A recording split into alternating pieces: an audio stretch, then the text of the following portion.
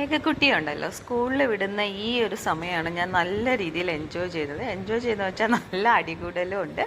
എന്നാൽ ഞാൻ നല്ല രീതിയിൽ പിന്നീട് എനിക്ക് ഭയങ്കര ഇഷ്ടമാണ് ഇങ്ങനെ ഏകുട്ടിയെ ഒരുക്കി കൊടുക്കാൻ വേണ്ടിയിട്ട്. പ്രത്യേകിച്ച് നമുക്ക് പെൺകുട്ടികളെ ഒരുക്കും ആൺകുട്ടികളെ പോലെ അല്ലല്ലോ.